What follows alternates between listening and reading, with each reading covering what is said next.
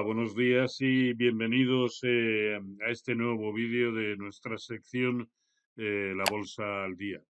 Los gráficos que están viendo ahora mismo son en tiempo real a las 10:17 de la mañana y reflejan pues un poco la indefinición que están teniendo ahora mismo los mercados europeos después de haber amanecido un poco en negativo, se han puesto un poco en positivo, en fin. Digamos que más o menos las dudas lógicas después de una jornada tan bajista como la de ayer, ¿no? Y sobre todo en el caso del IBEX 35 tratando de digerir unos datos de inflación realmente malos. No por esperados, dejan de ser malos, es decir, ha salido prácticamente lo que se esperaba, pero claro, estamos hablando de una inflación subyacente al 7,7% y una inflación intermensual, eh, no recuerdo ahora mismo, el 6,6, en fin, ha salido una décima por debajo de lo que se preveía, pero ha supuesto una subida de 0,9 con respecto a la del mes pasado. O sea, esto no se producía un incremento de estas características desde el año 78 y propiciado sobre todo por la enorme evolución alcista de los precios de la alimentación, ¿no? Pero bueno, el dato importante desde luego va a ser el de esta tarde, 1:30 o 2:30, supongo que serán las 2:30 nuestras, porque como han cambiado el horario, en Estados Unidos, ¿no? Precisamente también de inflación, porque la verdad es que la Reserva Federal, máxime después de lo que ha sucedido en Silicon Valley Bank, en Signature y en First Republic, pues la verdad es que tiene un auténtico problemón. ¿Por qué? Pues porque se han generado dudas de si va a subir solo cuarto de punto o no va a subir nada en la próxima toma de decisiones. Em, pero claro, también se está comprobando que la inflación no está ni mucho menos controlada, ¿no? Y por otro lado, el ritmo de subidas tan agresivos que han ido teniendo, pues está empezando, como se ve, a trasladarse a la economía. Bueno, esto era algo ya sabido, ¿no? Quiero decir, es que de unas semanas para acá estábamos empezando a oír hablar ya pues desinflación inmaculada, que ni siquiera aterrizaje suave, sino que íbamos a pasar de puntillas sin enterarnos. No, no, la economía está empezando a dar muestras de lo que realmente hace meses se venía comentando, una recesión. Así que, y tiene una papeleta, ¿no? Porque el bono americano, ahí lo tienen, fíjense qué repunte, y no solamente como consecuencia del vuelo a la calidad, es decir, cuando las cosas se ponen feas en la renta variable, pues ya sabemos que se compra deuda, pero se compra deuda ahora mismo a unas sabiendas de que los tipos de interés van a seguir subiendo, con lo cual vamos a estar dejando de ganar dinero por coste de oportunidad. A mí me parece, no sé, me parece em, raro, simplemente raro, ¿no? Por cierto, me ha llamado también mucho la atención, hace solamente unos días, KPGM había validado, perdón, KPMG había validado, aprobado las cuentas generales de tanto de Silicon Valley Bank como de Signature. En fin, lo cual me refuerza más en mi idea de que el análisis técnico es el único que no sé si me engaña o no, o lo interpreto mal, pero por lo menos no tiene ninguna ganas de engañarme. En fin, quitando esta reflexión y volviendo al hecho de que la Reserva Federal tiene un problemón. Aquí en Europa no, porque como ya digo que hasta hace un par de días vivíamos en los mundos de Yuppie, pues aquí, pero bueno, eh, cuando veamos las barbas del vecino cortar, pues ya veremos, ¿no? Concretamente en el caso del IBEX 35, que es este gráfico, fíjense con qué contundencia el precio ha roto por debajo de la directriz alcista que venía desde octubre y que es la base del canal en el que está metido el precio.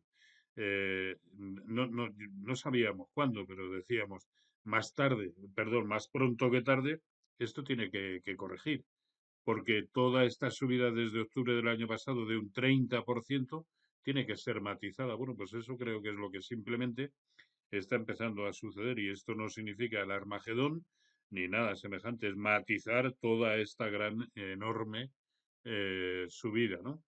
El hecho de haber perdido la directriz alcista y sobre todo base del canal hace que la proyección bajista, solo como consecuencia del canal, de la anchura del canal, tiene como consecuencia que su primer objetivo sea la zona de 8.740 y, lógicamente, el primero de los niveles de corrección proporcional de Fibonacci de lo que ha sido toda la subida desde octubre, la zona de 8.600.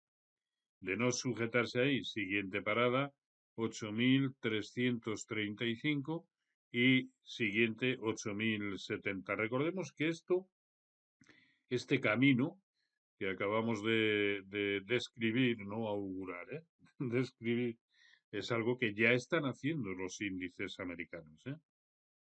Por lo tanto, que no sería extraño que empezáramos a ver movimientos en este sentido, sobre todo si la banca continúa tan mal como nos está dejando en las últimas dos jornadas, ¿no?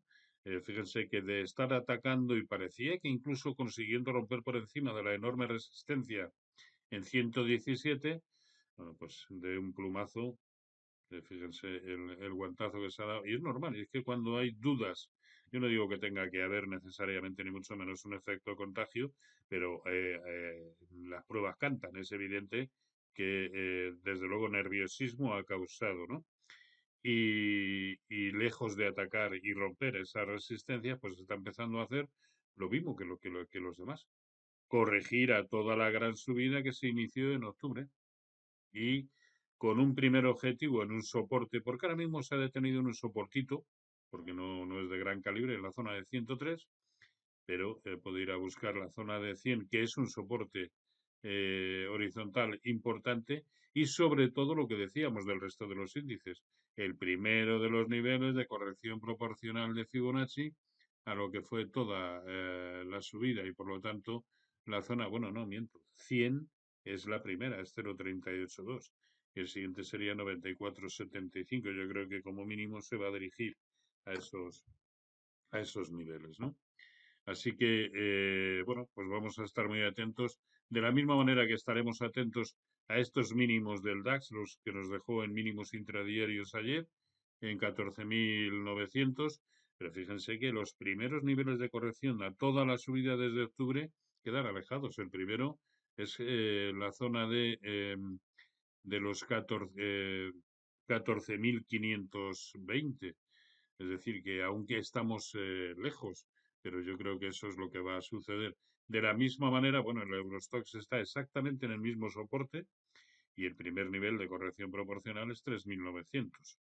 En los índices americanos, el SP 500 ya está en precios de cierre en el 50% de toda la subida desde octubre.